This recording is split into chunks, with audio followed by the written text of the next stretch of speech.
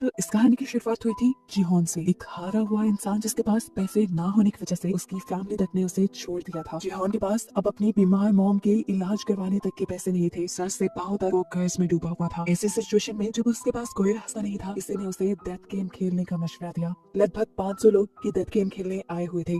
इस गेम में एक रोबोट थी, जो भी इंसान जरा से भी गलती करता था वो रोबोट उसे चुनकर मार देती थी। जीहोन ने अपनी जान बचाने के लिए, यहाँ सरवाइव करने के लिए एक बूढ़े कैंसर पेशेंट तक को धोखा देकर अपनी जान बचाई और आखिर ये गेम जीत कर यहाँ से निकल भी गया। लेकिन उसके दिल में जो दुख बैठ गया था वो 500 में से सिर्फ एक था जो ये गेम जीत के निकला था। बाकी सारे उस गेम के दौरान मारे गए। गेम को जीतने के बाद उसके हाथ बहुत पैसे लगे थे, लेकिन उसने इन पैसों को हाथ तक नहीं लगाया क्योंकि उसे रिग्रेट था इस चीज का कि उसकी वजह से सारे लोग मरे हैं। हालांकि ये उसने गेम प्लान नहीं की थी। फिर एक दिन एक अनजान आदमी उसे हॉस्पिटल में बुलाता है। जेहॉन ये देखकर हैरान परेशान कि ये वही गेम वाला बूढ़ा कैंसर पेशेंट था जो गेम में हार गया था, जिसे मार ही दिया गया होगा। लेकिन अब ये जिंदा सलामत उसके सामने था और इसके जरिए उसे घिनौनी सच्चाई ये पता चली कि लोग बस अपनी एंटरटेनमेंट के लिए यहाँ लोगों को मरवा देते थे इस डेथ गेम में। ये इंसान जो कैंसर पेशेंट था, इसकी लाइफ पे काफी बोर हो गई थी और अपनी लाइफ में थोड़ा मजा लाने के लिए इसने ये डेथ गेम बनाई थी। जीहोन को उस बूढ़े आदमी की बेरहमी पर बहुत गुस्सा आया और उसने ठान लिया कि वो इस गेम को बंद करवा कर रहेगा।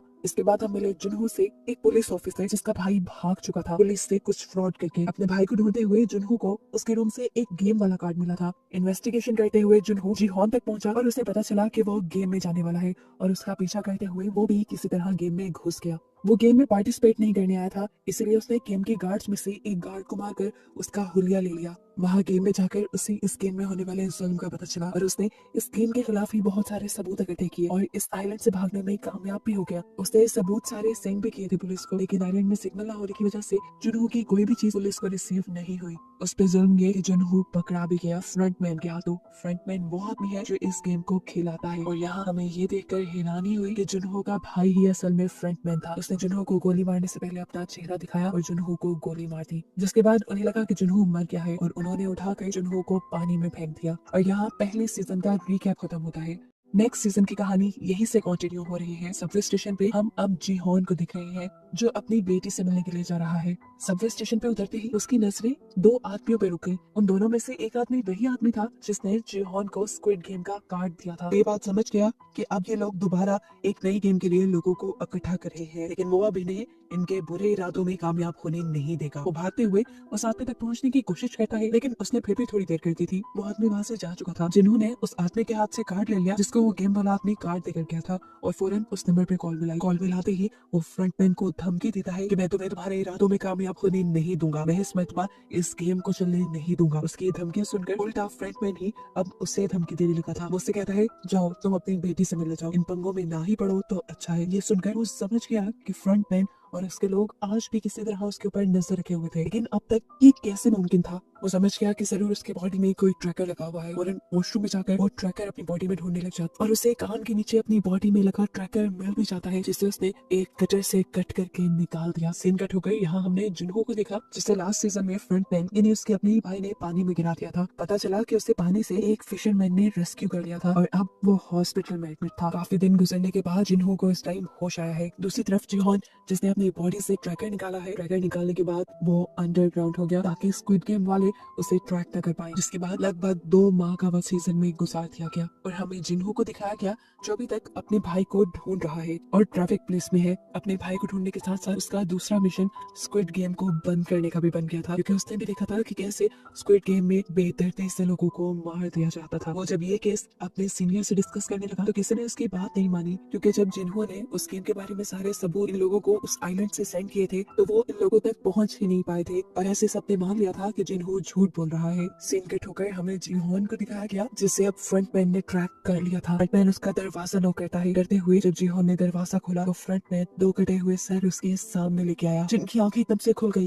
और यहाँ पर जीहोन की भी आंख खुल गई और हमें पता चला ये सिर्फ उसका एक सपना था। टैगर जैसे ही वो उठा उसके दरवाजे पे किसी ने नॉक किया। ये गैंगस्टर था जिससे पिछले सीजन में जीहोन ने बहुत सा कर्ज दिया हुआ था, लेकिन अब गैंगस्टर जीहोन के लिए ही काम करता था। अपने साथियों के साथ मिलकर सबवे स्टेशन पर उन लोगों को ढूंढने का जो स्क्विड गेम के लिए लोगों को मैन्युपुलेट करते हैं। अब वही टाइम आ चुका था जिस टाइम में 2 साल पहले जिन्हों को स्क्विड गेम में इंगेज किया गया था। इसीलिए अब वो गैंगस्टर को हर सबवे स्टेशन पर लड़कों को जगह जगह खड़े करने की ड्यूटी देता है, जिसके लिए उसने गैंगस्टर को 1 मिलियन यौन भी दिए थे और साथ ही ये वादा भी किया था कि अगर उन्होंने उस आदमी को किसी भी तरह ढूंढ निकाला जो स्क्विड गेम में लोगों को फंसाता रहा है और अब भी फंसा रहा है, तो जिन्हों इन्हें 1 बिलियन यौन इनाम के तौर पर भी देगा। इनाम की रकम सुनते ही गैंगस्टर का तो मुंह खुला का खुला रह गया। उसने अपने लड़कों को भी लालच दी कि जो भी उस आदमी को ढूंढेगा उसे इनाम की आधी अमाउंट मिल जाएगी। जिन्होंने ये लालच इसलिए दिया था ताकि सब लोग दिल लगाकर काम करें और अगर इस मर्तबा इन्हें वो आदमी ना मिला तो इन्हें पूरे 1 साल का और इंतजार करना पड़ जाएगा और इस 1 साल में उस गेम के जरिए बहुत से लोगों की मौत भी हो जाएगी। दूसरी तरफ जिन्हों भी स्क्विड गेम वाला आइलैंड ढूंढने की कोशिश में है। ये काम वो उसी फिशरमैन के साथ मिलकर कर रहा है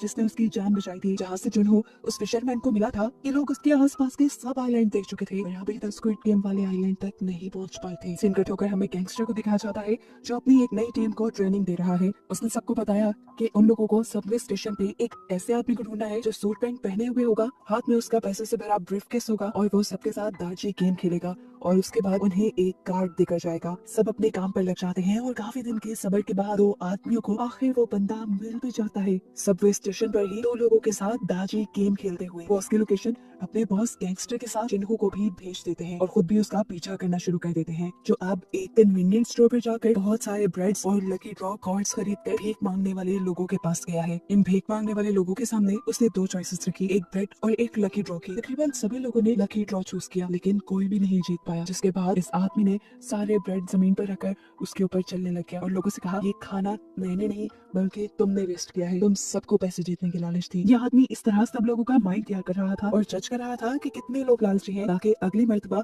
वो इन्हें गेम में फंसा सके। खैर दिखाया जाता है कि जिहोन के लोग जहाँ पर भी उसके पीछे हैं और वो उसकी ये नई लोकेशन जिहोन को सेंड कर देते हैं। जिहोन यहाँ आने के लिए तेजी से गाड़ी चला रहा होता है तो उसे पता नहीं चलता, वो एक सिग्नल तोड़ देता है और ऐसे ट्रैफिक पुलिस उसे रोक लेती है। इस टाइम ट्रैफिक पुलिस जिन्हों ही था और उसने नोटिस किया कि जिहोन का रवैया कुछ अजीब सा है। चालान कटने पे उसने माफी नहीं मांगी, वो चिल्लाया नहीं बल्कि चालान देकर आगे बढ़ने की कोशिश की जैसे वो बहुत ही ज्यादा जल्दी में हो या कोई जुर्म करके भाग रहा हो। इसीलिए उसने जिहोन की गाड़ी के नंबर से उसकी इंफॉर्मेशन निकाली तो उसे जिहोन का नाम जाना पहचाना लगा और उसे याद आया कि जिहोन को फॉलो करते हुए ही तो वो पिछली मर्तबा स्क्विड गेम के अंदर पहुंचा था। यहीं से अब जिन्हों ने जिहोन के घर का एड्रेस भी ले लिया। सिंकट होकर दिखाया गया कि वो दोनों आदमी जिससे स्क्विड गेम वाला बंदा मिल गया था वो जिहोन के आने से पहले ही उसको पकड़ने का फैसला करते हैं और डिसाइड करते हैं कि इनाम की रकम वो आधी आधी कर लेंगे। जब वो दोनों उस आदमी को मारने के लिए उसके करीब गए तो उसी आदमी का शिकार हो गए। जिहोन जब तक यहाँ पहुंचा तो उसे सिर्फ सड़क पे लगा खून दिखाई दिया और वो समझ गया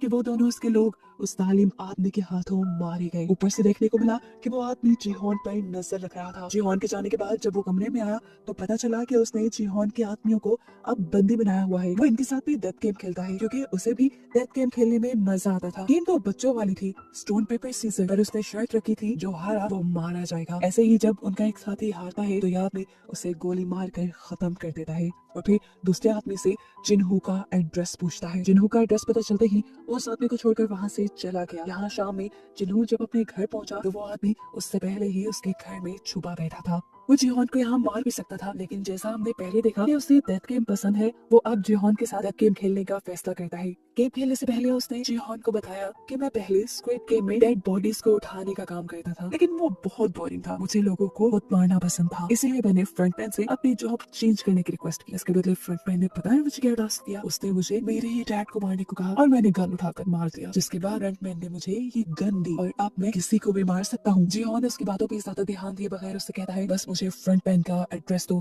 जिससे वो मिलकर इस गेम को बंद करने का प्लान रखता है। लेकिन ये बात सुनकर वो आदमी हंसने लगा और बोला ठीक है एक गेम खेलते हैं, ये तुम्हारे सामने एक गन है और इसमें सिर्फ एक ही बुलेट है, 5 नॉट्स इसके खाली है, बारी बारी एक दूसरे को शूट करते हैं, जो हारा वो मारा जाएगा और अगर मैं हारा तो तुम्हें मेरी पॉकेट से फ्रंटमैन का एड्रेस मिल जाएगा। जिहोन बिना डरे गेम को शुरू करते हुए उस गन को उठा चुका था क्योंकि मरने का डर तो उसने स्क्विड गेम ने खत्म ही कर दिया था। बारी बारी उन्होंने अपने ऊपर शूट किया और चौथी बारी पर जब वो आदमी अपने ऊपर गन पॉइंट करता है तो इस मर्तबा वो खुद को शूट कर चुका है, वो खुद ही अपनी जाल में फंसकर मारा गया। जिहोन जीत गया और अब जिहोन को उसकी पॉकेट से फ्रंटमैन का एड्रेस भी मिल गया। इससे पहले कि अभी वो इस एड्रेस का कुछ कहता उसकी खराब किस्मत जिन्हों जो कि एक पुलिसमैन है जिसे दोपहर गाड़ी चलाते हुए उसके ऊपर शक हुआ था, वो उसके घर का पता चलाते हुए उसके घर तक पहुंच गया और घर पहुंचते ही उसे गन शूट होने की आवाज सुनाई दी। जिससे उसका शक सच में बदल गया कि जीहोन एक क्रिमिनल है। फौरन वो दरवाजा तोड़कर अंदर आया। जीहोन को एक किलर समझकर वो इसी टाइम उसका इनकाउंटर ही करने वाला था कि ठीक वक्त पर आकर उसे किसी आदमी ने रोक लिया। ये वही लड़का था जिसके साथ गेम खेलने के बाद ये स्क्विड गेम वाला मरा हुआ आदमी उसे अपने अड्डे पर बांध आया था। किस्मत अच्छी थी, वो बच बचाकर वहाँ से निकल आया जीहोन को सारी सच्चाई बताने के लिए।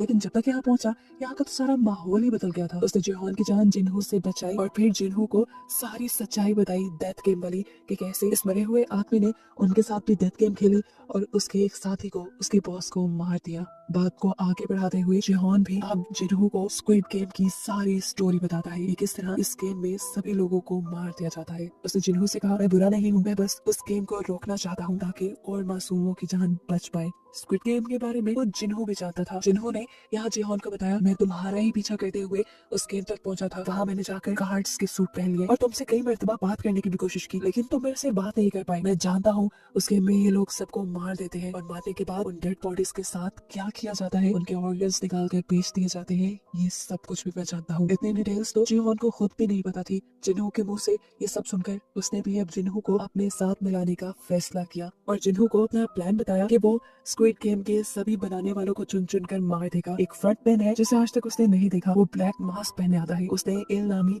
एक बूढ़े कैंसर पेशेंट के साथ मिलकर ये गेम बनाई है। वो उन आदमियों को मारकर इस गेम को खत्म करना चाहता है। यहाँ पर गैंगस्टर भी दोनों की सारी बातें सुन चुका था। वो इनसे कहता है, मैं भी तुम्हारा साथ देना चाहता हूँ, मैं उनसे बदला लेना चाहता हूँ अपने उस मासूम साथी का जो मेरा राइट हैंड था, और अब मैं पैसों के लिए नहीं बल्कि हक के लिए तुम्हारा साथ दूंगा। ये सुनकर जीहोन को भी अच्छा लगा और वो इन दोनों को अपने एक रूम में ले गया जहाँ बहुत सारे पैसे थे। ये पैसे वो स्क्विड गेम से ही जीत कर आया था और अब इन पैसों को वो स्क्विड गेम को बंद करने के लिए ही इस्तेमाल करेगा। जीहोन इन लोगों को दिखाता है कि उसने ब्लैक मार्केट से बहुत सारी गन्स भी परचेज की हुई थी और एक सीक्रेट जगह भी बनाई हुई थी उसने जहाँ वो अपनी ट्रेनिंग करता था। लेकिन इतना सब काफी नहीं था, उसे लड़ाई के लिए काफी सारे और लोगों की भी जरूरत थी। जीहोन अब जिन्हू को अपनी पुलिस वाली जॉब पे छोड़ने को कहता है ताकि ये लोग अपना मिशन अच्छे से कंप्लीट कर पाए। सीन कट हो गए, अब हमें एक न्यू कैरेक्टर न्योल को दिखाया जाता है। ये एक गरीब लड़की है और उसकी जॉब है होटल में बनी कॉस्ट्यूम पहन कर बच्चों को खुश करने की। उसके पास रहने को कोई घर भी नहीं, वो इसी होटल की बेसमेंट में रहती है। इसी जॉब में न्योल के साथ एक छोटी बच्ची बहुत ज्यादा अटैच हो गई है जो रोज यहाँ पे विजिट किया करती थी। लेकिन अफसोस की बात है कि उस बच्ची को बोन मैरो कैंसर है और बोन मैरो ट्रांसप्लांट करवाने के लिए उसके डैड के पास ज्यादा पैसे नहीं और अब वो बच्ची मरने वाली है। एक दिन उस बच्ची को इमरजेंसी में हॉस्पिटल एडमिट कराया जाता है, जो सुनकर न्योल भी तड़प कर उसे हॉस्पिटल में देखने के लिए जाती है। इस बच्ची की मदद करना चाहती है लेकिन उसके पास तो खुद तक के लिए पैसे नहीं। इस बच्ची को क्या बचाएगी वो। रात होने पर हम न्योल को दोबारा पार्किंग में देखते हैं जहाँ पर दो लोग आकर उसे स्क्विड गेम का कार्ड दे गए। सिंकेट होकर हमें जिन्हो को दिखाया जाता है जो अपनी मॉम के साथ बैठा था और उसकी मॉम बहुत ज्यादा उदास थी क्योंकि वो जिन्हो के भाई के आने का इंतजार कर रही है। जिन्हो जानता है कि वो कभी नहीं आएगा, जिस काम में वो पड़ा हुआ है वो घर नहीं आएगा। लेकिन ये सब सुनने के बाद भी जब उसकी मॉम को तसल्ली नहीं मिलती तो एक और मर्तबा वो अपने भाई को ढूंढने का फैसला करता है। सिंकेट होकर अब फाइनली दोबारा से हम जीहोन को देखते हैं जो इस टाइम अपनी दांतों का ऑपरेशन करवा रहा है। अपना एक दांत निकलवाने के बाद उसने अपने मुंह में एक नकली दांत फिक्स करवाया है जिसके अंदर ट्रैकर लगा हुआ है। असल में कल को वो फ्रंटमैन से मिलने वाला है, इसीलिए उसे बहुत ही ध्यान से हर काम करना होगा। ये लोग फ्रंटमैन को भी पकड़ना चाहते हैं और फ्रंटमैन के बाद इस घिनौने गेम के सारे हिस्सेदारों को भी पकड़ना चाहते हैं। पता चला है कि वो गैंगस्टर जो इनके ग्रुप में है वो अपने लिंक से बड़े बड़े कमांडोज को इनके ग्रुप में शामिल कर चुका है। इन कमांडोज के लिए कुछ भी सही गलत नहीं, ये लोग पैसे के लिए सब काम करते हैं। यहाँ हमें पता चला कि न्योल को भी वो स्क्विड गेम वाले लेके जा रहे थे। न्योल उनके साथ चली जाती है लेकिन देखने को मिला कि उसे गेमर के तौर पे नहीं बल्कि सिक्योरिटी गार्ड के तौर पे हायर किया गया था। अब जिन्हो फाइनली जीहोन को लेकर उस एड्रेस पे आ गया है जो उस आदमी की जेब से इन्हें फ्रंटमैन का मिला था। ये एक क्लब का एड्रेस था। जिन्हो अंदर जाने से मना कर देता है क्योंकि उस आइलैंड पर फ्रंटमैन ने जिन्हो को देख लिया था और अंदर जाने पे वो पहचाना भी जा सकता है और इनका मिशन फेल भी हो सकता है। इन दोनों ने अब जिन्हो को छोड़कर अंदर जाने का फैसला किया कि लोग जैसे ही अंदर गए तो बाहर जिन्हो ने नोटिस किया कि दो गार्ड्स जो कि स्क्विड गेम वाले यूनिफॉर्म पहने हुए हैं वो इस पार्टी के अंदर गए हैं और इससे वो समझ गया कि अभी तक फ्रंटमैन अंदर नहीं आया, शायद ये दोनों अंदर की सिक्योरिटी चेक करने के लिए आए हैं। अब यही बात कि फ्रंटमैन अंदर नहीं है जिन्हो अपने साथी को बताना चाहता था, लेकिन अंदर जाने पर उसने देखा कि जीहोन को फ्रंटमैन के लोग दूसरे दरवाजे से कहीं ले जा चुके हैं। जीहोन के मुंह में लगे ट्रैकर की मदद से इन लोगों ने उस गाड़ी को ट्रैक कर लिया जिसके अंदर वो लोग जीहोन को ले गए थे। जिन्हो और उसके बाकी साथी उस गाड़ी का पीछा करने लगे और सही वक्त देखकर वो उस गाड़ी पर हमला करके वहां से फ्रंटमैन को किडनैप करना चाहते थे, लेकिन फ्रंटमैन तो उस गाड़ी में था ही नहीं। इस गाड़ी में लगे हुए एक डिवाइस की मदद से फ्रंटमैन जीहोन से बातें कर रहा था और ट्रैकर में आने वाली आवाजों से जिन्हो और उसके लोगों को लग रहा था कि फ्रंटमैन उसी गाड़ी में है। ये बात वो ठीक तरह से अपने साथियों को बता भी नहीं पाया कि गाड़ी के अंदर फ्रंटमैन नहीं है। वो कॉल के जरिए ही फ्रंटमैन से बात करते हुए उसे किसी तरह मनाने की कोशिश करता है कि तुम इस गेम को बंद कर दो, मासूमों के जाने लेना बंद करो। जिसपे फ्रंटमैन ने उसे कहा, मैं जबरदस्ती किसी को इस गेम में इन्वॉल्व नहीं करता, सब खुद पैसे की लालच में आते हैं। फ्रंटमैन ने बड़ी ढिठाई से बोला, मैं तो एक सोशल वर्क कर रहा हूँ। जो सुनकर अब जीहॉन को गुस्सा आ गया और उसने बोला, तुम्हारे काम को कैसे सोशल वर्क कहा जा सकता है? तुम तो लोगों की मजबूरियों का फायदा उठाकर उन्हें मार देते हो। जो सुनकर फ्रंटमैन हंसने लगा और बोला, अरे मेरी बात सुनो, जो लोग इस गेम खेलने के लिए मानते हैं वो पहले से ही लाइफ में हार चुके होते हैं इस दुनिया के लिए, बस वो किसी गन से ज्यादा नहीं। और बस मैं उस गन को खत्म कर रहा हूँ और उससे बाकी लोग एंटरटेन हो रहे हैं, इसमें बुराई क्या है? दूसरी तरफ इस गाड़ी से बाहर हमें दिखाया जाता है कि फ्रंटमैन के स्नाइपर जिन्हों और उसके सभी साथियों की गाड़ियां पंचर कर चुके थे ताकि वो लोग आगे उसे फॉलो ना कर पाए। इस चीज को जानते हुए जिहोन भी इस गाड़ी से निकलने के लिए यहाँ ड्राइवर को शूट करने की कोशिश करता है, लेकिन उसे पता चला कि ये पूरी गाड़ी बुलेट प्रूफ है। साथ ही ड्राइवर ने भी बुलेट प्रूफ कपड़े पहने हुए हैं और वो अब इस गाड़ी में फंस चुका है। ये देखते हुए जिहोन वापस बैठ गया और अब उसके दिमाग में एक नई खिचड़ी बनने लगी। पता नहीं क्या सोचकर उसने फ्रंटमैन से दोबारा इस गेम में हिस्सा लेने को बोला। वो ऐसे तो इन सबको मना नहीं पाया था, लेकिन अब उसको लगता है कि वो गेम में जाकर इस गेम में होने वाली सारी ज्यादतियों को रोक सकता है। अब वो बंदा जो इस गेम को बिल्कुल पसंद नहीं करता वही ये गेम खेले तो मजे का हो सकता है। इसलिए फ्रंटमैन ने भी उसे गेम में दोबारा एनरोल कर लिया और अब उसे बेहोश करके ये लोग स्क्विड गेम के अंदर ले गए। जिन्हों फौरन उनका पीछा करने के लिए एक बोर्ड के अंदर ट्रैकर्स लगा लेता है और उसी फिशरमैन के जरिए उन आइलैंड को ढूंढने के लिए निकल जाता है जहाँ पर वो जिहोन को लेकर जा रहे होंगे। यहाँ जिहोन को दोबारा दिखाया जाता है जिसकी यहाँ स्क्विड गेम की बाइक पर खुली है। उसे अपना पुराना ही नंबर दिया गया है। यहाँ पर पहले की तरह बहुत सारे और लोग भी हैं जो एक दूसरे को देखकर कंफ्यूज हैं, साथ ही गेम्स के लिए भी कंफ्यूज है। अब गार्ड्स यहाँ आकर इन्हें गेम्स के रूल बताना शुरू करते हैं। रूल्स बताने के बाद गार्ड्स ने इन सब की हिस्ट्री इन सबको दिखाई कि यहाँ पर सिर्फ वही लोग आए हुए हैं जिन पर मिलियंस का कर्ज है। ये सब बताने के बाद गार्ड्स ने बताया कि जीतने वाले को 45.6 मिलियन यॉन मिलेंगे। इस गेम के पूरे 6 राउंड होंगे, एक दिन में एक राउंड खेला जाएगा और हर गेम के बाद वोटिंग भी होगी क्या इन्होंने ये गेम कंटिन्यू रखना है या नहीं। और अगर ये लोग गेम बंद करने का डिसाइड करते हैं तो सभी प्लेयर्स को जीते हुए पैसे डिवाइड करके दे दिए जाएंगे। ये एक नया रूल था। जिहोन जान गया कि ये उसी की वजह से डाला गया है। आगे बढ़कर सबने कॉन्ट्रैक्ट साइन कर लिया। जिहोन ने देखा तकरीबन सभी रूल्स पुराने थे, बस कुछ एक आध नए थे। इसके बाद यहाँ एक एक करके सभी प्लेयर के पिक्चर्स ली गई। इस गेम को खेलने यहाँ पर कोरिया का एक फेमस रैपर भी आया हुआ था जिसे देखकर सब हैरान थे। उसके साथ पिक्चर भी बनवाना चाहते थे। उसने सबसे वादा किया कि यहाँ से बाहर जाते ही वो सबको एक एक पिक्चर देगा। यहाँ देखने को मिला कि जिहोन का एक दोस्त भी यहाँ आया हुआ था और ये लोग तकरीबन 3 साल बाद मिल रहे थे। जिहोन के गायब होने की वजह से उसका एक दोस्त उससे बहुत ज्यादा नाराज था। तब जिहोन उसे कहता है, मैं बाहर जाकर तुम्हें सब सच बता दूंगा, तुम इस जगह गलत आ गए हो, तुम्हें नहीं आना चाहिए था और अब अगर तुम्हें अपनी जान प्यारी है तो जिस तरह मैं कहूँ तुम्हें उस तरह ही करना है। अब गेम भी शुरू होने वाली थी। सभी लोग बाहर ग्राउंड पे आ गए। ये पुराना ही ग्राउंड था। जिहोन समझ गया कि ये गेम भी पुराने वाली ही है। सीन कट होकर अब हमें जिन्हों को दिखाया गया जो जिहोन का ट्रैकर ट्रैक करते हुए आइलैंड तक पहुंच भी गया है, लेकिन यहाँ उन्हें कोई ऐसी फैसिलिटी नहीं मिली जिसमें गेम खेली जा रही हो। ट्रैकर को ट्रैक करते हुए ये लोग एक फिशरमैन तक पहुंचे और देखा गया कि जिहोन का ट्रैकर यहाँ चारे में पड़ा था। ये देखते हुए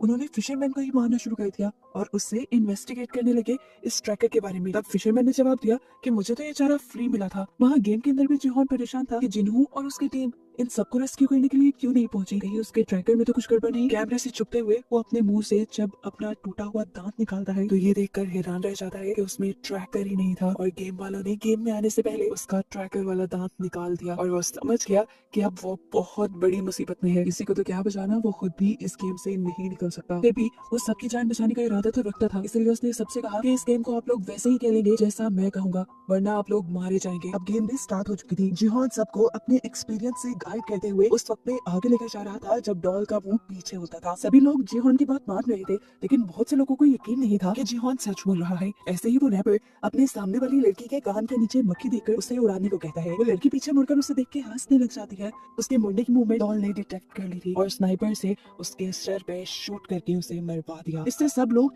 एकदम से बौखलाकर भागने लगे। हालांकि जिहोन उन्हें मना भी कर रहा था। फिर जो हिला वो मारा गया। अब सबको यकीन आ जाता है कि जिहोन की बात मानना ठीक है। जिहोन अब सबको लाइन में आगे बढ़ने को कहता है, जिससे डॉल बहुत कम इनकी मूवमेंट को डिटेक्ट कर पा रही थी। सब पैनिक भी थे। इसी पैनिक कंडीशन को कंट्रोल करने के लिए रैपर अपनी ड्रग ले लेता है और मदहोश होकर बहुत सारे अपने सामने वाले लोगों को धक्का दे देता है। इसी वजह से इन लोगों को स्नाइपर गोलियां मार देते हैं और ये सभी मारे जाते हैं। जिसके बाद डॉल के पीछे मुंह करते ही ये सब रेसिंग लाइन की तरफ भागते हैं। बहुत सारे लोगों ने तो लाइन क्रॉस कर ली, लेकिन यहाँ एक आदमी ने जिहोन से मदद मांगी, जिसे यहाँ के लोगों ने मारने के लिए उसके पाँव पे गोली मारी थी, मगर वो बच गया था। कैट नामी एक प्लेयर और जिहोन उसे सहारा देकर उसे बचाकर लाइन के दूसरी पार तो ले आते हैं, लेकिन उसकी बुरी किस्मत के एक स्नाइपर ने उसके सर पे शूट करते हुए उसे मार डाला। और ये स्नाइपर नियोल ही थी। उसकी इस हरकत से सारे गार्ड्स को भी गुस्सा आया था। यहाँ पे कोई भी गार्ड सर पे गोली नहीं मारता था। सर पे गोली मारने से लोगों की बॉडी के ऑर्गन्स जल्दी डैमेज हो जाते थे, जिनको इन स्क्विड गेम वालों ने बेचना होता था। फिर नेक्स्ट सीन में जिन्हो को दिखाया जाता है, जो अब परेशान है कि वो जिहोन को कहाँ ढूंढे। ये बात वो समझ गया था कि यहाँ करीबी किसी भी आइलैंड पे स्क्विड गेम वाली फैसिलिटी नहीं होगी, क्योंकि यहाँ गेम वालों ने उसे खुद भेजा था। फिलहाल ये लोग यहाँ से वापस आने का प्लान करते हैं, क्योंकि इस समंदर में तूफान भी आने वाला है। फिर सीन कट होकर हमें दोबारा सारे प्लेयर्स को दिखाया जाता है। सारे प्लेयर्स बहुत ज्यादा घबराए हुए थे गेम में होने वाली मौत से। अब जैसे ही गार्ड्स इनके रूम में आते हैं, सब और भी ज्यादा डर जाते हैं और इनसे माफी मांगते हैं और कहते हैं प्लीज हमारी जान बख्श दो। लेकिन गार्ड्स उन्हें गेम के नए रूल बताने आए थे। गार्ड्स ने बताया कि 500 में से इस गेम के बाद सिर्फ 365 लोग बचे हैं। वो सबको ऊपर मनी बॉक्स में देखने को कहता है, जहाँ पे बहुत सारे पैसे गिरे थे। गार्ड बताते हैं कि अभी वोटिंग होगी और अगर सब लोग यहाँ से जाने का फैसला करेंगे तो ये पैसे सभी लोगों में डिवाइड हो जाएंगे। अब गार्ड्स ने इनकी जीती हुई अमाउंट उन्हें बताई। अगर वो अमाउंट सब में डिवाइड होती तो ये पैसे एक एक इंसान को बहुत कम मिलते और सभी लोगों का कर्जा उससे ज्यादा था। इसीलिए बहुत से लोगों ने गेम कंटिन्यू करने का डिसाइड किया। सबका फैसला बदलते देखकर जिहोन सबको समझाता है, अगर यहाँ रहे तो वैसे भी मारे जाएंगे, लालच नहीं करो, यहाँ से जाने के लिए वोट दो। जिहोन की ये बात सुनते हुए इन सब के पीछे बैठी हुई एक तांत्रिक, जो कि एक प्लेयर भी थी, वो बोलती है कि हमारी मौत जहाँ लिखी होगी वहीं पर आएगी, मौत से ना डरो। ये बात सुनने के बाद सभी लोगों ने वोटिंग स्टार्ट कर दी। जिहोन सबसे पहले आगे बढ़ा और उसने गेम रोकने के लिए वोट किया। एक एक करके लोग आगे बढ़े और बहुत से लोग गेम को ना रोकने के लिए भी वोट कर रहे थे और ये देखकर जिहोन की जान निकल रही थी। आखिर ये वोटिंग टाई हो गई। आधे लोगों ने यहाँ से निकलने का और आधे लोगों ने यहाँ रुकने का फैसला किया। अब बस एक इंसान ऐसा था जिसके वोट पे ये सारा रिजल्ट था और वो था नंबर 1। अब नंबर 1 प्लेयर आगे आया और उसने यहाँ गेम में रुकने का फैसला किया और सिर्फ एक बंदे की वजह से ये गेम कंटिन्यू हो गई। हमें देखने को मिला ये बंदा कोई और नहीं बल्कि इन्हू है, फ्रंटमैन, जो कि खुद यहाँ पर प्लेयर बन के अब आ चुका है। अब इसके बाद हमें मरे हुए लोगों के कॉफिन दिखाए जाते हैं, जिनमें से कुछ पर क्रॉस के निशान बने थे, जिसका मतलब था कि उन लोगों के इन्हें ऑर्गन्स निकालने हैं। और 2 आदमी जब ये काम कर रहे थे तब उनको सिर्फ एक ही डेड बॉडी के ऑर्गन्स फेक मिले और उन्होंने अंदाजा लगाया कि एक सिक्योरिटी गार्ड जानबूझकर सर पे गोली मार रहा है, जिससे ऑर्गन जल्दी फेल हो जाते हैं। ऐसे उनका ये कारोबार तो बंद हो जाता, इसलिए वो फौरन इस चीज की खबर फ्रंटमैन को देते हैं। अब सीन कट होकर हमें सभी प्लेयर्स को दिखाया जाता है, जिनमें जिहोन तो बहुत ज्यादा परेशान है, क्योंकि वो जानता है इस गेम में जो भी पार्ट लेता है वो मर जाता है। इसी सब के दौरान इन्हू बाकी सभी प्लेयर्स को लेकर उसके पास आया और उसने जिहोन से कहा, देखो तुम पहले भी इस गेम में आ चुके हो, तुम एक्सपीरियंस्ड हो, तुम हमारी मदद कर सकते हो, जिससे हम लोगों की जान भी बच जाए और हमें पैसे भी मिल जाए। ये सुनने के बाद जिहोन उन्हें बताता है कि पिछली मरतबा हमने दूसरी गेम दिल जूना गेम खेली थी, जिसमें शुगर कैंडी के अंदर से हमने शेप्स निकालनी थी। ट्रायंगल सबसे इजी शेप थी और अम्ब्रेला सबसे ज्यादा हार्ड। ये सुनकर इन्हू बोला, जिसने अम्ब्रेला चुना होगा वो तो सबसे बड़ा बेवकूफ होगा। उसकी ये बात सुनकर जिहोन को याद आया कि पिछले सीजन में जिहोन ने ही अम्ब्रेला चुना था। खैर सारा क्राउड यहाँ से चला गया और अकेले में इन्होंने जिहोन से सवाल किया, तुम दोबारा इधर क्यों आए हो, तुम्हारे पास तो बहुत पैसा है। जिहोन दुखी हुआ और बोला, वो पैसा मेरा नहीं बल्कि मरे हुए लोगों का था और ऐसे ही अब भी जो हम पैसे जीतेंगे वो भी मरे हुए लोगों के होंगे। इन्हों से कहता है, तुम ज्यादा नहीं सोचो। उसकी ये बात सुनकर जिहोन उसी पे भड़क गया और बोला, तुम चाहते तो इस गेम को रोक सकते थे, तुमने ये गेम क्यों नहीं रोकी। इन्होंने जवाब दिया, क्योंकि यहाँ पे बहुत से लोग गेम खेल कर पैसे कमाना चाहते हैं। सबका कर्ज उन पैसों से ज्यादा था जो उनने कल जीते थे। उनकी ये बहस खत्म करवाते हुए जिहोन का दोस्त उससे कहता है, अच्छा ठीक है, अब हमें एक नई स्ट्रेटेजी प्लान करनी चाहिए अगले गेम्स के लिए, ताकि हम ज्यादा लोगों की जान बचा सकें। दूसरी तरफ हम देखते हैं कि एक और जगह बहस चल रही थी। यहाँ पे एक जैक नाम का यूट्यूबर था, साथ ही साथ वो डिजिटल करेंसी को भी डील करता था और उसकी इस काम में बहुत से लोगों की इन्वेस्टमेंट थी, जिसमें वो रैपर थॉमस भी था। लेकिन डाउनफॉल आने की वजह से सारे के सारे पैसे डूब गए, इसलिए वो ये गेम खेले आया हुआ था। थॉमस और उसका दूसरा साथी उसे मारने लग जाते हैं, ये कहते हुए कि तुम्हें हमारे पैसे वापस देने पड़ेंगे। जिहोन और उसका दोस्त इस लड़ाई को रुकवाते हैं। इसके बाद सभी अपने अपने बिस्तर पे चले गए। बेड पर लेटने के बाद इन्होंने जिहोन से माफी मांगी उसके गलत बिहेवियर के लिए और बताया कि गेम में रुकना उसके लिए इसलिए जरूरी था क्योंकि उसकी वाइफ को लिवर कैंसर था, उसको लिवर ट्रांसप्लांट की भी जरूरत थी। और जब उसने लिवर ट्रांसप्लांट के लिए बहुत सारे पैसे इकट्ठे किए, कर्ज लिया, तो उसके डिपार्टमेंट वालों को लगा कि उसने करप्शन की है, जिसकी वजह से उसकी जॉब भी चली गई और अब उसमें बहुत बड़ा कर्ज भी है। वो ऐसे बिना पैसे लिए यहाँ से नहीं जा सकता। उसको इमोशनल हुआ देखकर जिहोन भी उसकी मजबूरी समझ गया और उसने बिठा लिया कि अगले गेम में वो सबका साथ देगा। सीन कट होकर हमें दिखाया गया कि अब यहाँ के नए फ्रंटमैन के सामने नोयोल को बुलाया गया है, क्योंकि वो लोगों के सर में गोली मार रही थी। जब फ्रंटमैन उससे वजह पूछता है तो वो बताती है कि पुराने फ्रंटमैन ने मुझसे यही डील की थी कि यहाँ पर बेकार लोगों को मारना है, मैं सर में गोली इसलिए मार रही हूँ कि उनके अंदर जान होती है। जिस पर वो आदमी बताता है कि तुमने आइंदा सर पे गोली नहीं मारनी। देखो हम उनके ऑर्गन्स निकालते हैं और उनके ऑर्गन्स कई लोगों की जान भी बचा सकते हैं। तो याद रखना आइंदा तुमने गोली नहीं मारनी, वरना बेचने के लिए हमारे पास तुम्हारे भी ऑर्गन्स हैं। और मैं जानता हूँ तुम अपनी बेटी को वापस पाने के लिए जिंदा रहना चाहती हो। यहाँ इनकी बातों से हमें नेओल की जिंदगी के बारे में भी पता चलता है कि वो कोरियन मिलिट्री में थी,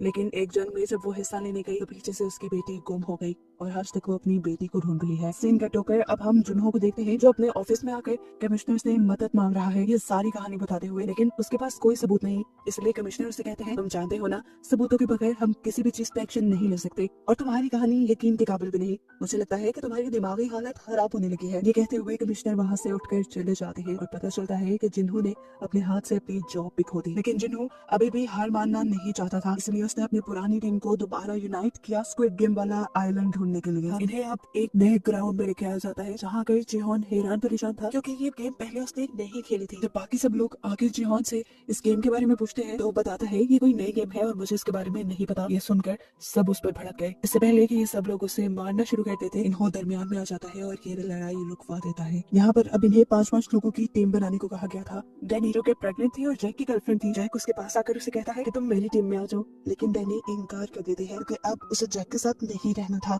वो अब जिहोन की टीम के पास गई और उसने उनसे कहा प्लीज आप लोग मुझे अपनी टीम में ले लें, मैं प्रेग्नेंट हूँ और मुझे कोई और अपनी टीम में नहीं ले रहा। ये लोग मान जाते हैं और इन सब की एक टीम बन जाती है। अब हमें दूसरी टीम को दिखाया गया जिसमें कैट, मैडी और दोमा बेटा पार्क और ग्योंग थे और तभी जबरदस्ती तांत्रिक आकर इनके ग्रुप में शामिल हो गई। टीम्स बनाने के बाद इन सबको बताया गया कि सारी टीम के पांव बांध दिए जाएंगे और इन्हें एक गोल सर्कल में एक साथ घूमना होगा। 5 मीटर के बाद एक गेम होगी जिस गेम को खेलते हुए इन्हें आगे बढ़ना है और एक दिए हुए टाइम के अंदर इन्हें अपना सर्कल कंप्लीट भी करना है। गेम्स के नाम सुनते ही इन सब लोगों ने आपस में कोऑर्डिनेट किया और जो जिस गेम में अच्छा था उसे वो खेलने की जिम्मेदारी दी। गेम स्टार्ट हो जाती है और पहली 2 टीम्स को एक साथ खेलने के लिए दिया जाता है। पहली टीम डाची को बहुत अच्छे से खेलती है और तेजी से आगे बढ़ती है, लेकिन वो स्टोन को स्टोन से मारने में कामयाब नहीं हुए। स्टोन उनका आगे गिर गया था। एक साथ जब ये लोग उसे लेने के लिए आगे बढ़ गए तो गिर गए। टाइम काफी वेस्ट हो रहा था। वो इस राउंड को भी पार करके आगे बढ़ गए। अगला गेम था इन्हें लट्टू को घुमाना, जो पहली मर्तबा में तो इनका एक टीम मेंबर नहीं कर पाया, लेकिन अगली मर्तबा में उसने ठीक से कर लिया। जबकि दूसरी टीम वो तभी अपनी पहले ही राउंड में फंसी हुई थी।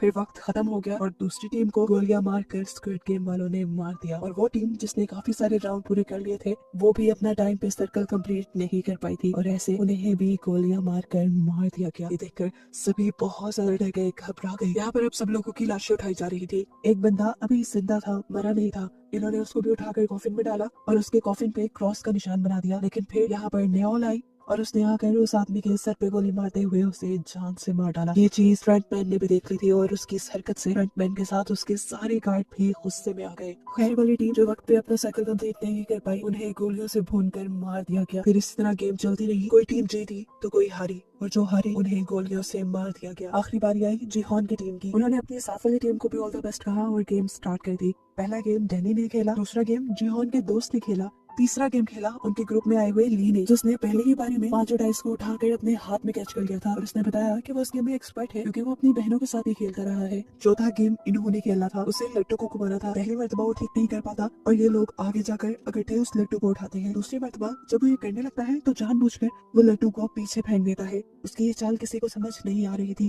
ये लोग पीछे से लट्टू को लेकर आए और अब इन्होंने ऐसा ड्रामा किया कि जैसे वो अपने हारने से बहुत ज्यादा परेशान है, वो अपने आप को मारने लगा। तो जिहोन ने उसे समझाया कि देखो तुम याद करो कि बचपन में तुम ये कैसे घुमाते थे, और इस मर्तबा इन्होंने लट्टू को ठीक से घुमा दिया। अगली बारी जिहोन की थी, उसे पम पम को 5 मर्तबा पाव से हिट करना था। 4 मर्तबा तो उसने आसानी से कर लिया, लेकिन 5वीं मर्तबा पम पम आगे की तरफ बढ़ा। इससे पहले कि वो जमीन से टकरा जाता इन्होंने जिहोन का पाँव आगे करके ये गेम जितवा दी और वो लोग वक्त से पहले जीतकर बहुत खुश हुए। लेकिन उनके साथ वाली टीम वो वक्त से पहले या वक्त पर वो काम नहीं कर पाई और इस तरह वो टीम मारी गई। ये देखकर जिहोन को काफी दुख हुआ है। वो अपने रूम में वापस आ गए जहाँ बहुत से लोग उन्हें जिंदा देखकर इसलिए नाराज थे क्योंकि उन्हें लग रहा था कि अब जीते हुए पैसे डिवाइड हो जाएंगे। इसी दौरान गार्ड्स भी रूम में आ गए। गार्ड्स ने इन्हें इस गेम की जीतने वाली प्राइस इन्हें दिखाई और बताया कि इस मर्तबा 110 लोग मरे हैं और अब सिर्फ 255 लोग बाकी रह गए हैं, जिस लिहाज से हर जीतने वाले के पास अब 78 मिलियन युआन आ सकते हैं और अब दोबारा वोटिंग होगी। अगर लोग इस गेम को बंद करने के लिए वोट करेंगे ये पैसे सब में डिवाइड हो जाएंगे। बहुत से लोगों को ये पैसे बहुत कम लग रहे थे। जिहोन ने अपनी टीम को कहा कि तुम लोग गेम को बंद करने के लिए वोट करना, तुम लोग को जितने पैसे चाहिए मैं यहाँ से निकल कर तुम्हें दे दूंगा। जिहोन की बात उसकी टीम ने मान ली और सबसे पहले इन्होंने वोट किया गेम बंद कर करने के लिए। दूसरी बारी पार्क की थी। पार्क की मॉम गोंग ने उसे कहा कि तुम गेम बंद करने के लिए वोट करना, देखो हमारे दोनों के पैसे मिलाकर तुम्हारा कर्जा उतर जाएगा। लेकिन पार्क ने इस गेम को कंटिन्यू रखने का फैसला किया क्योंकि उसका कर्जा कहीं ज्यादा था और उसने अपनी मॉम को अपने कर्जे के बारे में नहीं बताया था। वोटिंग आगे बढ़ती रही। देखते ही देखते देखने को मिला कि बहुत सारे लोगों ने ये गेम कंटिन्यू रखने की बात की है। ये देखते हुए जिहोंग और इन लोगों पर भड़कने लगे और बोले, इतने सारे लोगों के मरने के बावजूद भी आप लोगों को ये गेम कंटिन्यू रखनी है। तब एक अंकल बोले, तुम क्या जानो, हमारे ऊपर बहुत सारा कर्जा है, हमें पैसे लेकर ही यहाँ से निकलना है। ऐसे ही एक दूसरा लड़का बोला, मैं अगर बाहर गया तो वैसे भी मर जाऊंगा, तो बेहतर नहीं है कि यहाँ रहकर पैसे कमा लूं या फिर यहीं पर मर जाऊं। उनकी बातों का जिहोन के पास कोई जवाब नहीं था। वोटिंग खत्म हो गई। आखिरी वोट जिहोन को ही देना था। उसने गेम बंद करने के लिए तो वोट दिया, लेकिन उसके वोट का कोई फायदा नहीं था क्योंकि ज्यादा लोग इस गेम को कंटिन्यू रखना चाहते थे। वोटिंग खत्म होने के बाद पार्क ने देखा कि गॉन्ग ने उसकी मॉम से नाराज है। उसने जाके अपनी मॉम को मनाना शुरू किया और बताया, मेरे ऊपर बहुत ज्यादा कर्ज है और जिन लोगों से मैंने वो कर्ज लिया है वो इतने खतरनाक है कि अगर मैंने उनके पैसे वापस ना किए तो वो मेरे सारे ऑर्गन्स निकाल कर बेच देंगे। उसकी ये बात सुनकर गॉन्ग ने उसे माफ कर दिया और यहाँ पार्क ने भी उससे प्रॉमिस किया कि अगले मरतबा मैं गेम को बंद करने के लिए वोट करूंगा। यहाँ हमने जिहोन के दोस्त जैंग को देखा। उसने भी इस गेम को कंटिन्यू रखने के लिए वोट किया था और उसकी इस हरकत से जिहोन बिल्कुल टूट चुका था। जिहोन ने अपनी टीम को वादा भी किया था कि वो उन्हें सारे पैसे दे देगा। तब जैंग ने उससे माफी मांगी और बोला, मैंने एक आदमी के बहुत सारे पैसे लुटाने हैं, मुझे यहाँ से पैसे लेकर ही जाना था, लेकिन मैं वादा करता हूँ कि अगले गेम के बाद मैं भी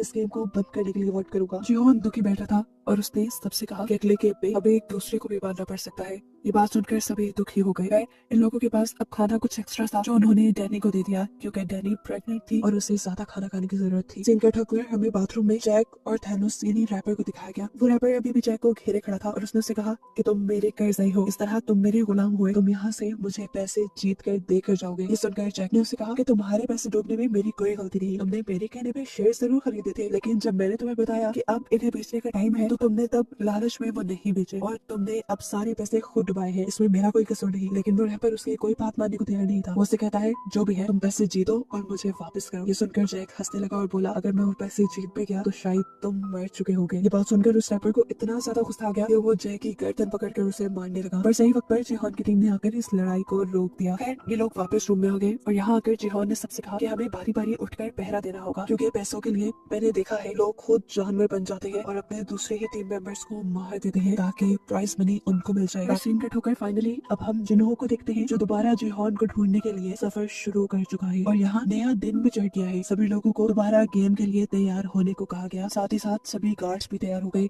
सभी प्लेयर्स को एक बड़े से हॉल में लेकर जाया गया जहाँ पर एक स्टेज घूम रहा था। सभी को उस पर खड़ा होना था। स्टेज के घूमने पर इन्हें एक नंबर दिया जाएगा। उतने नंबर की टीम बनाकर इन्हें यहाँ के किसी भी रूम में जाकर उस रूम को लॉक करना है, जिसके बाद बचे हुए लोगों को मार दिया जाएगा और अगर रूम में दिए गए नंबर से ज्यादा या कम लोग हुए तो उन्हें भी मार दिया जाएगा। ये सुनकर सभी लोग अपनी स्ट्रेटेजी बनाने लगे कि उन्हें ये गेम कैसे खेलनी है। स्टेज पे घूमना शुरू हो गया और इन्हें 10 का नंबर दिया गया। 30 सेकंड में इन्हें 10 लोगों की टीम बनाकर किसी रूम में जाना था। जिहोन की टीम और कैट की टीम जल्दी से एक रूम में चली गई और उन्होंने जाकर वो दरवाजा लॉक कर लिया। जल्दी से 30 सेकंड गुजर गए और जो भी लोग बाहर खड़े हुए थे उन्हें गार्ड्स ने गोलियों से भून दिया और ये देखकर जिहोन बहुत ज्यादा दुखी हुआ। उनके रूम में इस टाइम तांत्रिक बिखरी थी जिसने उन सबको बोला। सबने मुड़कर उसकी तरफ देखा। जिहोन ने भी। जिहोन को देखकर वो बोली, तुम अगर अभी तक जिंदा हो समझो यहाँ बहुत बड़ा कुछ होने वाला है। कोई भी उसकी बातों पे ज्यादा ध्यान नहीं दे रहा था। अगले राउंड के लिए ये लोग दोबारा स्टेज पे आ गए। स्टेज घुमा और इन्हें अगला नंबर मिला 4 का। सभी लोगों ने जल्दी जल्दी अपनी टीम तोड़ी और कमरों की तरफ आ गए। कैट की टीम तांत्रिक को छोड़कर अपने रूम में बंद हो गई थी जबकि जिहोन की टीम ने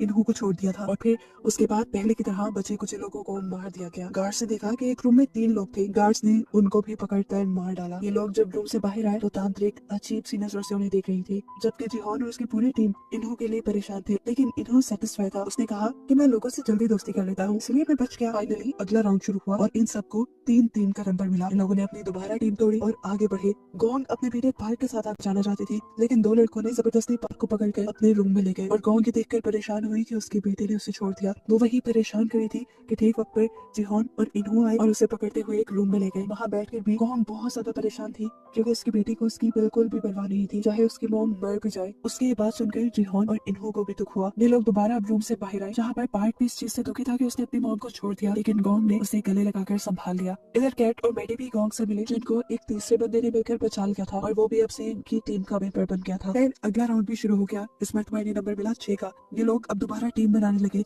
मैडी और कैट की टीम जिहोन की टीम से डैनी को लेकर एक रूम की तरफ बढ़ी, लेकिन गलती से मैडी को धक्का देने पर वो पीछे रह गई। सब लोग परेशान हो गए, लेकिन तभी जल्दी से सामने से जैक आकर इनके रूम में घुसकर इनका रूम लॉक कर लेता है और बाहर मैडी रह जाती है, जिससे गोली लगकर वो इनकी आंखों के सामने मारी गई। कैट उसके मरने से बहुत दुखी थी, क्योंकि गेम में आते ही पहले उसकी दोस्त मैडी बनी थी। वो उसके मरने का गुस्सा जैक के ऊपर निकालने लग जाती है, लेकिन तब जैक उनसे कहता है कि अगर मैं सही वक्त पर आकर तुम्हारा रूम लॉक ना करता तो तुम सब के सब मारे जाते। मेरा एहसान मानो, मैंने तुम्हारी जान बचाई है, क्योंकि मैडी सही वक्त पर अंदर नहीं आ सकती थी। उसकी बात गलत भी नहीं थी, इसीलिए सबका गुस्सा ठंडा हो गया। फिर अब अगला राउंड स्टार्ट हो जाता है। इन्हों का ख्याल था कि अब गेम वाले 2-2 का नंबर चुनेंगे, क्योंकि यहाँ पे 50 कमरे हैं और ये लोग 126 लोग रह गए हैं। इन्हों के कहने के मुताबिक वाकई 2 का नंबर मिला। सब 2-2 की टीम बनाकर कमरों की तरफ भागने लगे। इन्हों और जैन जिस कमरे में गए वहाँ पर एक और बंदा आ गया। ये लोग 3 हो गए थे। अगर इन्हें गार्ड्स देख लेते तो मार देते। तब इन्होंने अपनी जान बचाने के लिए उस तीसरे आदमी की गर्दन पकड़कर उसे मार दिया, जो देखकर जैन भी घबरा गया।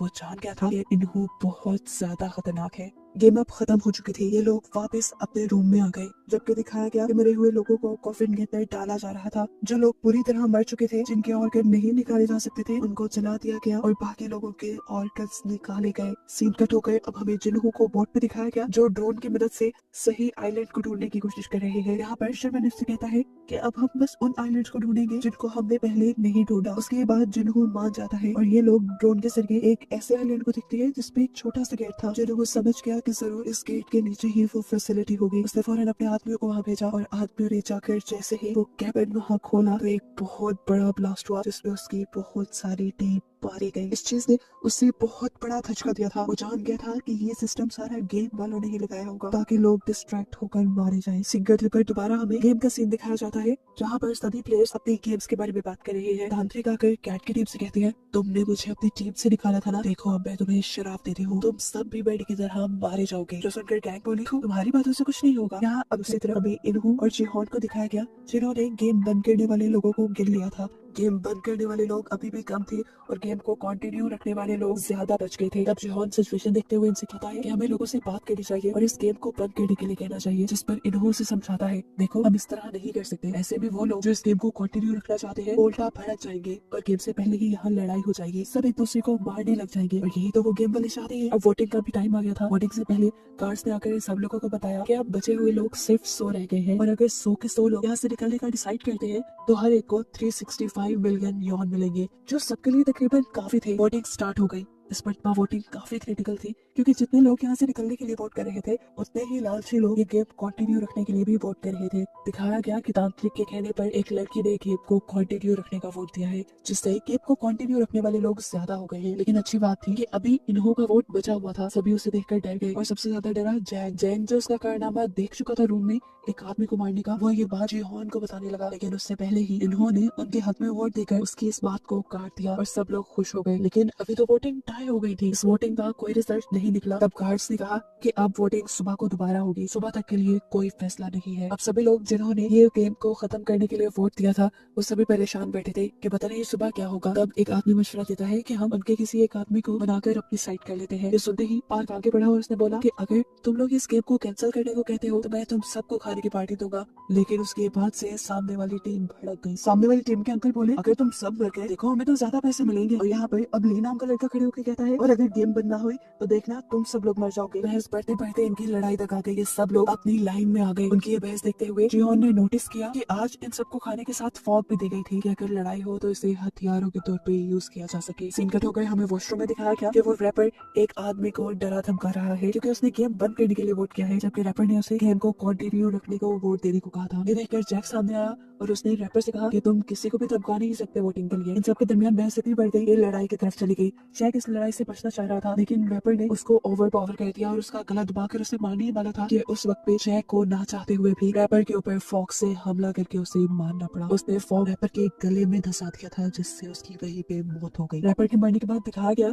कि सिर्फ जैक और रैपर के दरमियान में ही नहीं, बल्कि यहाँ सभी लोगों के दरमियान में लड़ाई चल रही थी और वॉशरूम के बाहर गार्ड्स पहरा दे रहे थे, क्योंकि वो तो खुद चाहते थे कि ये लड़ाई होती रहे। यहाँ अब हॉल में बताया गया कि कैसे बहुत सारे लोग वॉशरूम में लड़ाई करके मारे गए हैं और उनके मरने से इनकी अमाउंट में और ज्यादा पैसा भी डाला गया। ये करने के बाद अब सारे लोग वापस आए और इन्होंने बताया कि कैसे वॉशरूम में वोटिंग को लेकर लड़ाई हो गई थी। सीन कट होकर अब हमें जिन्हों की बोट को दिखाया जाता है, जिसमें एक आदमी की तबीयत खराब हो रही थी। वो उल्टी करने के लिए जब बाहर आया तो उसने देखा कि फिशरमैन, जिसे जिन्हों अपना साथी समझ रहा है, वही उसके सिस्टम में गड़बड़ी कर रहा था। और यहाँ हमें रिवील हुआ कि असल में वो भी गेम वालों का ही एक मेंबर है। जब फिशरमैन ने देखा कि जिन्हों के गार्ड ने उसे देख लिया है, तो वो उस गार्ड को ही उठाकर पानी में फेंक देता है। इतनी ही देर में जिन्हों भी शोर सुनकर बाहर आया, तो फिशरमैन बहाना बनाने लगा, असल में यहाँ की सब चीजें खुली थी, मैं तो उसे देखने के लिए यहाँ आया हूँ। यहाँ एक फ्लैशबैक से हमें ये भी पता चला कि फ्रंटमैन यानी इन्होंने ही इस आदमी को यहाँ भेजा था, उसके भाई यानी जिन्हों को उससे दूर रखने के लिए और साथ ही साथ जिन्हों का ख्याल भी रखने के लिए। यहाँ अब गेम में दिखाया जाता है कि ये लोग अपने अपने लोगों को गिन रहे हैं कि नए लोगों के मरने से वोटिंग पर कितना असर पड़ा है। गिनने पे पता चला कि गेम को कंटिन्यू रखने वाले 2 लोग मरे थे, जबकि जिहोन की टीम का एक बंदा मरा था। अगर सुबह वोटिंग होती तो ये लोग जीत जाते, लेकिन जिहोन जानता था कि वोटिंग अब ऐसे नहीं होगी, रात में ये लोग जरूर किसी न किसी को मार डालेंगे। सीन कट होकर दूसरी तरफ हमें गार्ड्स को दिखाया गया जो इस टाइम अपने इलीगल बिजनेस में बिजी हैं। वो पानी के रास्ते ऑर्गन्स को यहाँ से लेकर निकल रही है ताकि ऑर्गन्स को अच्छे दामों में बेचा जा सके। यहाँ दिखाया गया कि कुछ गार्ड्स को ब्लैक मास्क ने तैयार करवाया क्योंकि यहाँ पर एक नई गेम चलने वाली है। ये गेम मर्डर की गेम है। इधर यही बात जिहोन ने भी सभी टीम मेंबर्स को बता दी कि जरूर गार्ड्स, क्या ये लोग आज रात को हमें मारने की कोशिश करेंगे, ऐसा पहले भी हो चुका है। ये सुनकर सभी लोग घबरा गए। जिहोन अब इन सबसे कहता है कि अगर हम लोगों को अपनी जान बचानी है तो हमें गेम वाले मेंबर्स को ही मार देना चाहिए, लेकिन ये इतना आसान नहीं था। तब जिहोन बोला, अगर हम चाहें तो कर सकते हैं। ऊपर वाले फ्लोर्स में वो अथॉरिटीज रहती है, हम गार्ड्स को मारकर उनकी गन्स लेंगे और जाकर अथॉरिटीज को मार देंगे ताकि ये गेम ही बंद हो जाए। इन्हों बोला, ये बहुत खतरनाक रास्ता है, ऐसे में हमारे भी बहुत से लोग मारे जाएंगे। जिस पर जिहोन बोला, हमारे लोगों के मरने के कम चांसेस हैं क्योंकि गेम वालों को अंदाजा भी नहीं है कि हम उनकी अथॉरिटीज के ऊपर हमला करने वाले हैं। ये सुनकर इन्हों अजीब सी नजरों से उसे देखकर बोला, हाँ सच में उन्हें अंदाजा नहीं है। फिर सीन कट हुआ और हमें आधी रात का सीन दिखाया गया। जिहोन और उसके बहुत सारे साथी बेड्स के नीचे छुप गए थे क्योंकि वो जानते थे कि अब जो लड़ाई होने वाली है उसमें बहुत से लोग मारे जाएंगे। उनकी टीम के ज्यादा लोग इसलिए छुप गए ताकि वो नजरों में न आए और उनको कोई मार ना पाए। सुबह वोटिंग होने पर वही लोग, जिहोन ये भी जानता था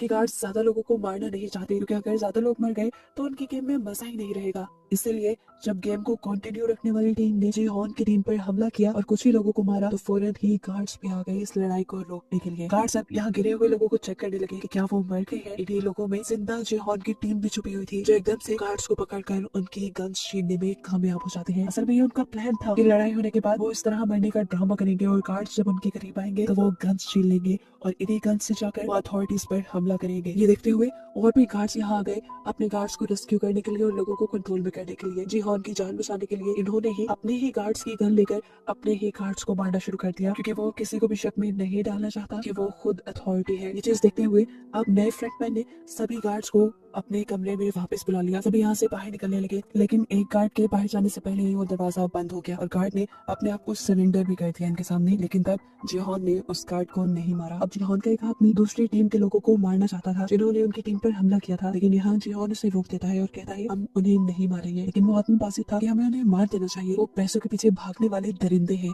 तब जिहोन बोला, देखो अगर हमने उन्हें मार दिया तो हमें और उनमें कोई फर्क नहीं रहेगा। वैसे भी हमने ये हथियार इन लोगों को मारने के लिए नहीं लिए, हमने ये हथियार लिए हैं उन लोगों को मारने के लिए जिन्होंने ये घिनौनी गेम बनाई है और जोर से चला रहे हैं। फिर अब जंग का टाइम शुरू हो चुका था, इन्हें आगे बढ़ना था। जैंग ने इन सबको समझाया, देखो हमें अभी लड़ना पड़ेगा, क्या पता इसके बाद हमें मौका मिले या ना मिले। बहुत से लोग आगे बढ़े। पार्क भी इस जंग में उनका साथ देना चाहता था लेकिन गॉन्ग ने उसे रोक लिया। बहुत से लोग अब जंग के लिए आगे बढ़े। इन्होंने गार्ड्स के गन्स ले ली और कैट ने उन सबको गन्स चलाना सिखाई क्योंकि वो पहले मिलिट्री का मेंबर थी। यहाँ तैयार होने के बाद जिहोन ने उस गार्ड का मास्क उतारा और देखा कि वो तो एक छोटा सा बच्चा था। ये देखने के बाद अब उसने कहा कि चलो हमें अपने बॉस के पास लेकर चलो। ये गार्ड अब उनको रास्ता बताने लगा। जैसे ही ये लोग बाहर निकले तो बहुत सारे गार्ड्स ने भी देखकर इनके ऊपर हमला शुरू कर दिया और इन्होंने भी जवाब में फायरिंग की और यहाँ पर जंग का एक बहुत ही जबरदस्त माहौल बन गया। बहुत सारे गार्ड्स जैसे इनकी गोलियों से मर रहे थे तो ये भी गार्ड्स की गोलियों से बच रहे थे। यहाँ पर कैट ने एक जबरदस्त काम किया, यहाँ के सारे सीसीटीवी कैमरास को गोलियां मार के तोड़ दिया जिससे कोई उनके ऊपर नजर न रख पाए। फाइनली